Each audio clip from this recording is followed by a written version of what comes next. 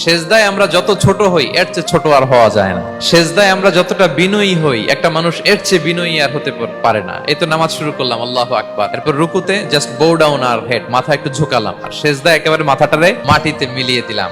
তার মানে আমি চলে গেলাম আসফালে। আসফাল মানে সবচেয়ে নিচে, আর সবচেয়ে নিচে যে আমি ঘোষণা দিলাম সুবহানা রাব্বিয়াল, মানে হে রব, আপনার প্রশংসা, আপনার পবিত্রতা, আপনি আলা।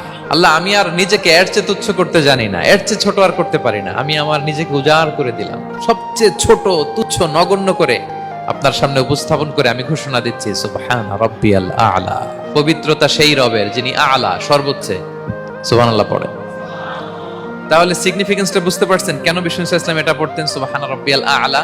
কারণ আমি থাকি সবচেয়ে আসফালে, নিচে, আর তখন আমি ঘোষণা দেই glory be to Allah the most high, the most high, the most high, আলা।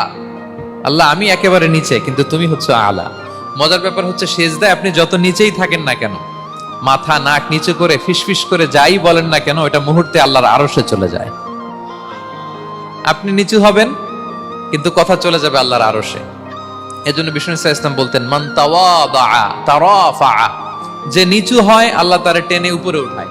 আপনি সেজদা দেওয়া মানে কি? নিচু হওয়া, ছোট হওয়া। তো বিষ্ণু ইসলাম বলেছেন বেশি বেশি সেজদা দাও, তাহলে আপনার মর্যাদা সম্মান বাড়াই দিবে কে?